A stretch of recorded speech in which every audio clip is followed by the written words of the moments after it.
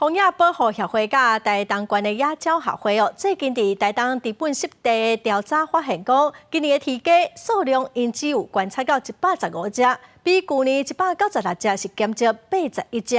初步是认为讲，可能是去年治本湿地盗火，佮加上外来种的草青啊上过济咯，环境受到破坏。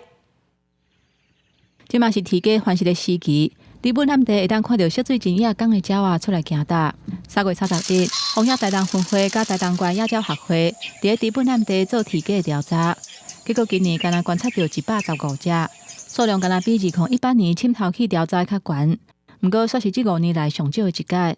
保育团体研判，去年调查伫本南地雉鸡了后，就发生大火，生态地受到迫害，还未复复原。 相对于以往少了非常多，那推测可能是因为资本湿地有发生过火灾，造成这个栖息地环境有变动。荒野台东分会嘛观察到，伫本南地水源减少，造成雉鸡食食的来源嘛减少，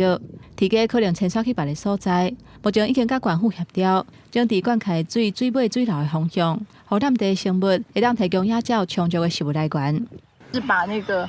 排水道修正为往保安林的地方，而不是本来设计的，就是从湿地的核心区穿越哈，那样子会对湿地的影响很大。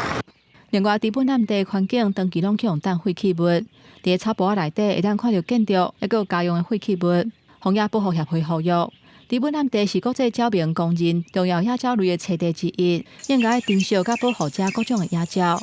记者综合报道。